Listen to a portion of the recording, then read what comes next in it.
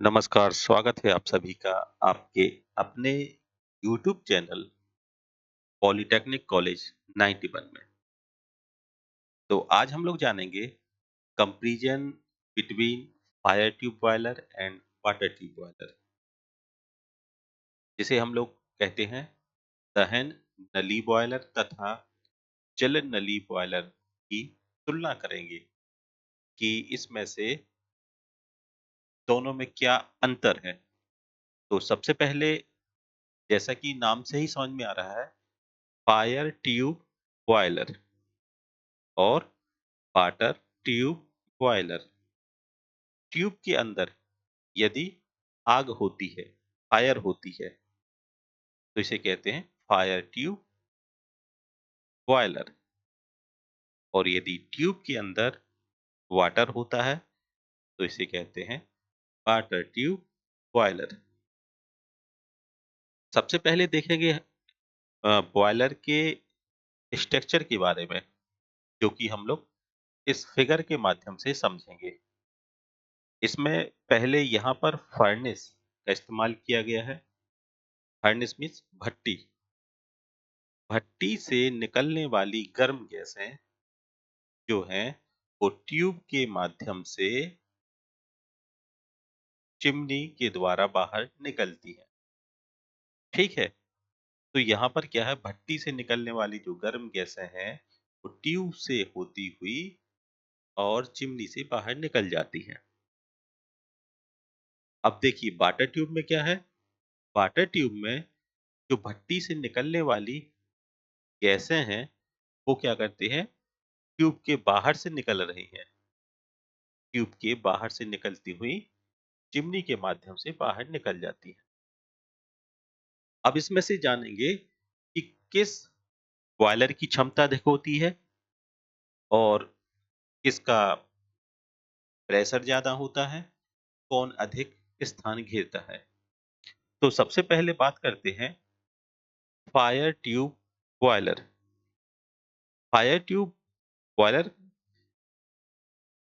का जो ईंधन का दहन होता है वो अपूर्ण होता है, मतलब सही से ईंधन का दहन नहीं हो पाता है। इसमें इसमें स्थान कम होता है और यह इसकी जो वाष्प उत्पन्न करने की क्षमता है वो कम होती है तथा इसका जो पानी का संचारण होता है वो एक खोल या ड्रम से होता हुआ आता है। मतलब कि यहाँ पर जो पानी है, ये देखिए यहाँ पे ड्रम में भरा हुआ है।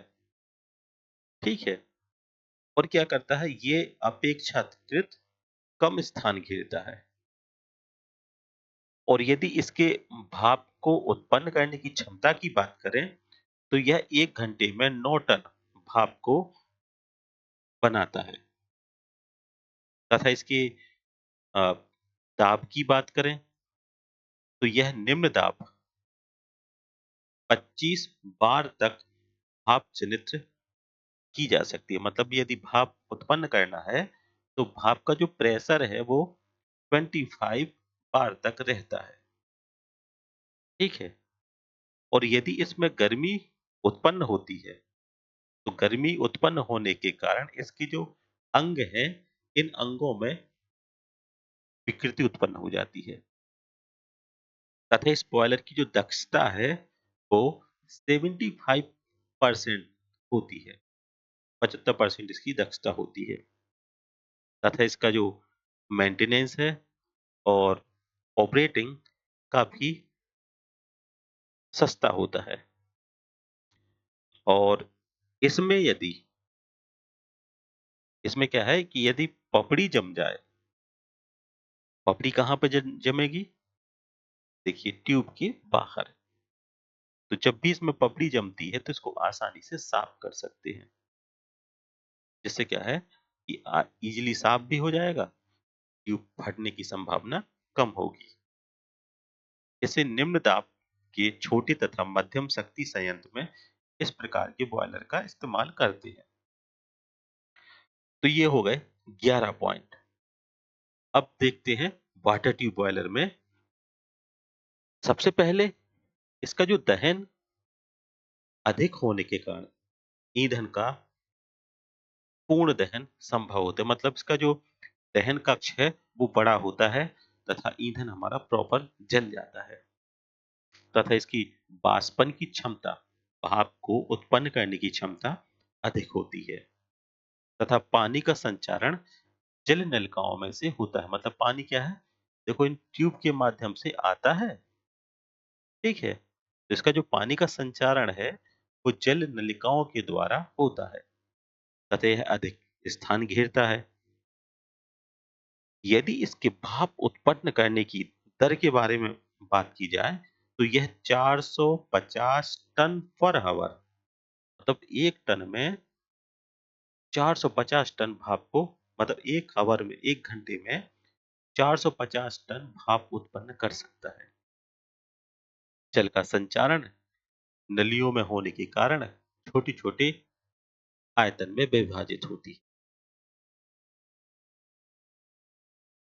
इस बॉयलर का जो अधिकतम दाब होता है वो होता है 165 बार तक यहाँ पर दाब उत्पन्न होता है। इसमें भरण जल के तेज संचारण के कारण बॉयलर के विभिन्न अंगों में ताप विकृति कम होती है। मतलब इसमें जो है गर्मी के कारण डिस्टॉर्शन विकृति काफी कम होती है। मितोपायोजक का प्रयोग करने पर इसकी दक्षता 90% तक प्राप्त हो जाती है। मतलब इसकी जो दक्षता है ये 90% तक है और जहां पर इसकी बात करें तो इसकी 75% दक्षता है, तो ये अभी तो बेटर कहलाया। इसमें दोनों प्रकार के व्यय अपेक्षाकृत अधिक होते हैं। मतलब ये थोड़ा बॉयलर कॉस्टली है। इसमें जल नलिकाओं के अंदर की सतह पर पपड़ी जम जाती है, क्योंकि यहाँ से पानी निकल रहा है तो पानी क्या होगा, इस ट्यूब के अंदर जम जाएगा। तो कैल्शियम जमेगा तो इसको साफ करना काफी कठिन होता है तथा कभी कभी ये ट्यूब फट जाती है। इसे इसे उच्च दाब के बड़े शक्ति संयंत्र में प्रयोग किया जाता है। मतलब यदि हमें बड़े पावर प्लांट में इस्तेमाल करना है तो हम लोग वाटर ट्यूब बॉयलर का इस्तेमाल करते हैं और यदि हमें छोटे प्लांट में बॉयलर का इस्तेमाल करना है तो इस का इस्तेमाल करते हैं। अब देखिए यहाँ पर क्या है, ये भाप को एक घंटे में 450 टन तक भाप उत्पन्न कर सकता है और इसकी दक्षता अच्छी है। तो क्या है, जैसे कि नहीं होता है कि यदि कोई चीज उपयोगी है तो उसकी यदि कोई डिमेरिट है, कोई कमी है तो उसको हम लोग इग्नोर कर देते हैं। तो देखिए भाप अधिक बनाता है, दक्षता भी इसकी 90% है, परंतु इसका जो ऑपरेटिंग सिस्टम और मेंटेनेंस काफी कॉस्टली होती है। तो आप समझ गए होंगे फायर ट्यूब बॉयलर और वाटर ट्यूब बॉयलर में क्या अंतर होते हैं। तो काफी मोस्ट इम्पोर्टेंट टॉपिक है, अक्सर एग्जाम में पूछा जाता है। तो आशा करते हैं कि आपको ये फायर ट्यूब बॉयलर और वाटर ट्यूब बॉयलर बहुत आसान भाषा में समझ में आया होगा। वीडियो को लाइक कीजिएगा, चैनल को सब्सक्राइब कीजिएगा, साथ ही अपने दोस्तों के साथ वीडियो को शेयर कीजिएगा। मिलते हैं नेक्स्ट वीडियो में, तब तक के लिए धन्यवाद।